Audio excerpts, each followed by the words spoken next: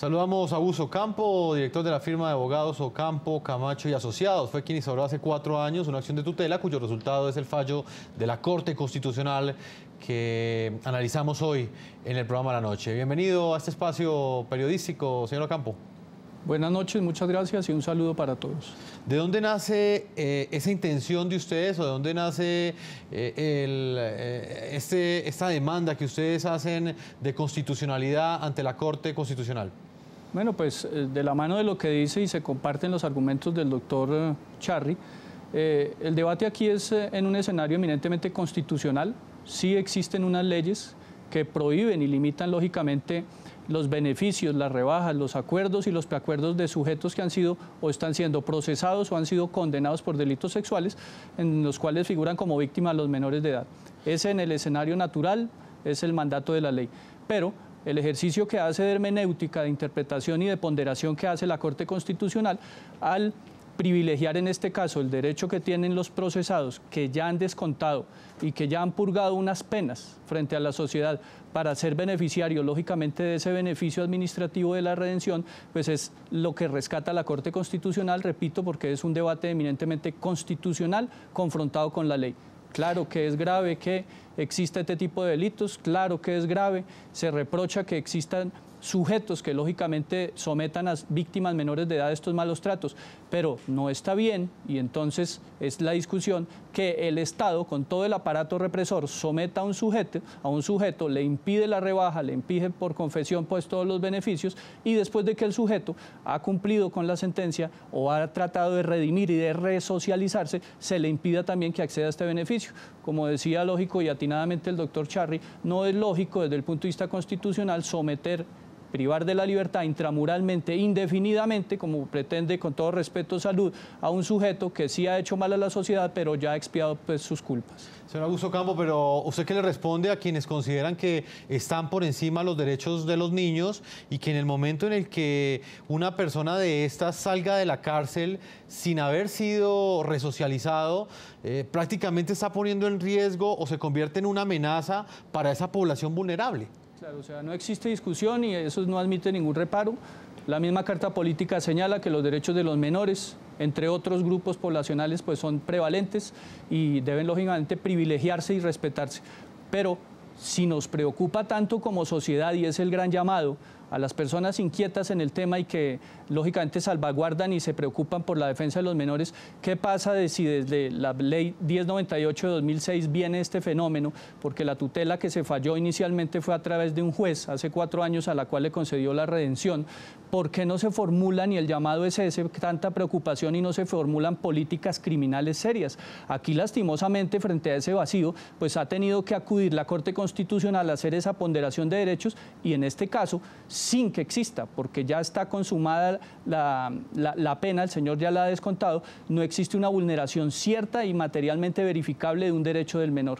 El menor tuvo la posibilidad, como dijo el doctor Charri, de tener representante como víctima en el proceso penal, solicitar los perjuicios, y no es derecho fundamental de un menor, después de que el sujeto ha descontado la pena entre 20 y 25 años, no es derecho, repito, del menor mantener privado indefinidamente, si se quiere, a un sujeto de estos, sí, agresor y que merece una pena, pero ya la descontó en la sociedad. Y más allá, si nosotros consideramos que existe, como pretende lógicamente y es la inquietud de salud, que nunca más vuelva un sujeto de estos porque inferimos al amparo de conjeturas, no hay estudios serios de que definitivamente no se resocializa ningún sujeto, entonces modifiquemos la Constitución, pero acá no podemos hacer que privilegie unas normas de rango inferior como es la ley frente a la Carta Política. Pero precisamente luego y le pregunto al doctor Charri, precisamente la Constitución en su artículo número 44 no asegura que los niños deben ser protegidos contra toda forma de violencia física, moral o abuso sexual. Doctor Charri, ¿hasta dónde? Sí, lo dice el artículo 44, ¿hasta dónde este fallo entonces sería en contravía constitucionalmente de lo que dice este punto de la Constitución? Y se lo pregunto en términos interpretativos, porque así como la Corte hubiera podido interpretar tal y como interpretó este fallo de tutela, hubiera podido tomar una decisión basándose en este artículo. Mire, está claro que los niños tienen derechos prevalentes en la Constitución por el artículo 44, que no solo el Estado, sino la familia y la sociedad deben protegerlos. Y la protección debe empezar por ser preventiva, no debe ser sanción a posteriori cuando ya se ha hecho el daño. Y lo cierto es que el niño no tiene propiamente un derecho a mantener a alguien en la cárcel. El derecho penal es una potestad del Estado, no es un derecho de las personas. Las personas tenemos derecho en el proceso penal como víctimas a que se nos resarza, se nos indemnice, se nos repare, se nos pida perdón. Pero no tenemos como tal un derecho a que una persona permanezca indefinidamente en la cárcel. Es cierto que la Corte Constitucional hizo un análisis y al parecer hizo un análisis de normas, o sea, contrastó el Código de la Infancia y del Menor con el nuevo Código Carcelario y al parecer el nuevo Código Carcelario es posterior y no trae excepciones. Pero más allá de, digamos, de la prelación de leyes, si hay una ley posterior, si hay una ley especial, la Corte acude al concepto de dignidad y de la función de la pena en el ordenamiento constitucional colombiano, que se trata de que tenga la posibilidad de resocializarse, no de excluirlo como un preso diferente por la gravedad del delito. En ese orden de ideas yo comparto el argumento de la Corte Constitucional. Salud, ¿cuál es su opinión? Porque de alguna forma le hemos querido presentar hoy a nuestros televidentes los argumentos de quienes defienden desde el ámbito de la legalidad esta decisión de la Corte Constitucional, pero de alguna forma está ese planteamiento que hemos hecho desde el principio, la indignación que hay en las personas, en un sector de la opinión pública, pero también ese riesgo y esa vulnerabilidad entonces en las que quedan estos menores de edad que en algún momento se van enfrentados a un individuo de esos que no fue resocializado en la cárcel. Pero no solamente eso, es que los estudios científicos lo que demuestran es todo lo contrario. Lo que demuestran es que suelen volver a cometer los mismos delitos. No hay ninguna garantía de que esta persona no las vuelva a cometer. Y lo único que se pide es que cumplan la pena completa. Es decir, no digamos que este señor no se iba a pudrir en la cárcel, iba a cumplir 8 años de pena no más. Pues que cumpla los 8 años de pena, pero que no se la rebajen con estudios, con esas cosas de buena conducta, con lo que sea, que no tengan derecho, porque es que lo que no se puede entender es que hay una ley que protege a la infancia y la adolescencia que dice no tienen derecho a rebajas. Y luego viene la Corte Constitucional y dice sí tienen derecho a rebajas. Entonces, ¿para qué tanta bulla se hizo con esa aprobación de esa ley que al final queda en papel mojado? Es decir, ¿qué sentido tiene? Lo mismo que lo que insisto, 2 millones de firmas para convocar un referéndum para delitos los más graves. Obviamente la cadena perpetua es como todo, es decir, para los delitos más graves cadena perpetua. Una persona como Garavito no puede salir a la cárcel, jamás debe salir de la cárcel, tiene que pudrir en la cárcel, es un peligro para los niños.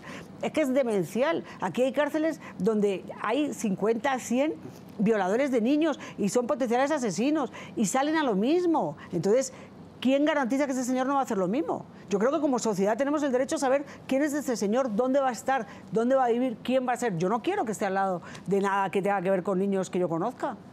Señor Ocampo, en el caso de ustedes, que como firma de abogados instauraron hace 4 años esta acción de tutela, ¿quién se va a ver beneficiado con este fallo de constitucionalidad, con esta decisión que toma la Corte Constitucional? ¿De quién estamos hablando? En general, pues lógicamente al provenir esta decisión del órgano de cierre en la jurisdicción constitucional, pues obliga dentro de la escala y la jerarquía funcionalmente hablando de la rama judicial a que todos los jueces de la República, no solamente porque existe ya el precedente vertical en este caso, repito, tengan que obedecer y fallar en adelante, los jueces de ejecución de pena sobre todo, para efectos de redimir la pena, reconocer las premisas y lógicamente la parte vinculante de esta decisión que pese a ser de tutela, lógicamente pues tiene unos razonamientos que tienen que ser acatados por los demás jueces de la República, sin perjuicio lógico que frente a la misma situación de hecho, los mismos procesados en la misma situación tengan la posibilidad de acudir de nuevo, ya citando como precedente, repito, el fallo de la Corte Constitucional para ser beneficiarios de esta decisión. Pero exactamente, ¿quién se vería beneficiado? En el caso, por ejemplo, que ustedes presentaron ante la Corte Constitucional, ¿hay una situación específica? Hay personas determinadas, particularmente hablando, claro, sujetos que ya han cumplido. Este es apenas, por llamarlo así, la punta del iceberg. Seguramente el temor que muchos de la sociedad les genera el hecho de que exista ya ese precedente y como lo señalan de manera también pues popular, utilizando la jerga popular, se abre un boquete, entonces el llamado, repito, es si existe ese temor y existen las estadísticas serias y los estudios científicos serios para soportar y generar una política criminal seria que impida entonces a lo sucesivo, ¿cierto? Frente a estos casos, pues legislar y ponerlo a tono o incluso, para ir más allá, porque es la Corte Constitucional la que tiene la palabra, generar un acto reformatorio de la Carta Política. ¿Por qué? Porque en este caso... ¿sí? No, pero digamos, al margen de esa explicación constitucional, que también le agradezco que nos la entregue, el que se va a beneficiar de esta decisión constitucional exactamente, ¿qué hizo? ¿En qué sentido? El señor pues cometió, sí, el señor cometió un delito, un abuso sexual contra un menor. No solamente es sancionable cuando se consuma o se materializa, sino que también cuando es tentado, es decir, cuando se frustra dentro del iter criminis, del camino, la posibilidad de que este sujeto pues cometa realmente el delito.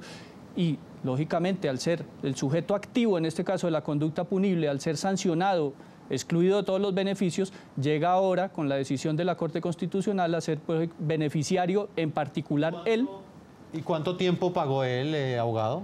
El tema en concreto, específicamente, dependiendo de los tiempos de redención, diríamos que materialmente, intramuralmente, entre 8 y 9 años. 8 y 9 años. Pues doctor Augusto Campos, yo le agradezco el tiempo que usted le ha concedido al programa anoche. Hemos querido invitarlo pues porque esa demanda que realizaron ustedes fue la que finalmente llevó a que la Corte Constitucional emitiera este fallo de tutela. Muchas gracias por habernos acompañado. Muchas gracias. Vamos a hacer una primera pausa comerciales, no sin antes leer algunas de las opiniones que hasta ahora llegan de nuestros televidentes a la opinión que les hemos pedido el día de hoy. ¿Qué opinan ustedes sobre el fallo de la Corte Constitucional que determina que condenados por delitos sexuales contra niños y niñas puedan recibir una rebaja en su pena? Vamos a leer algunas de las opiniones que nos llegan a esta hora. Daniel Ramiro dice lo siguiente: la Corte, con el ánimo de mostrarse liberal, va en contra de la ética y el sentir de los colombianos de bien. Luis Eduardo dice lo siguiente: se deben procurar medidas más estrictas y no buscar facilidades para la delincuencia. Y Jairo Alfredo dice lo siguiente: no estoy de acuerdo porque el que es no deja de ser, son un peligro para la sociedad. Vamos a una primera pausa comerciales y ya regresamos a este debate, a este análisis hoy, aquí en el programa de la noche.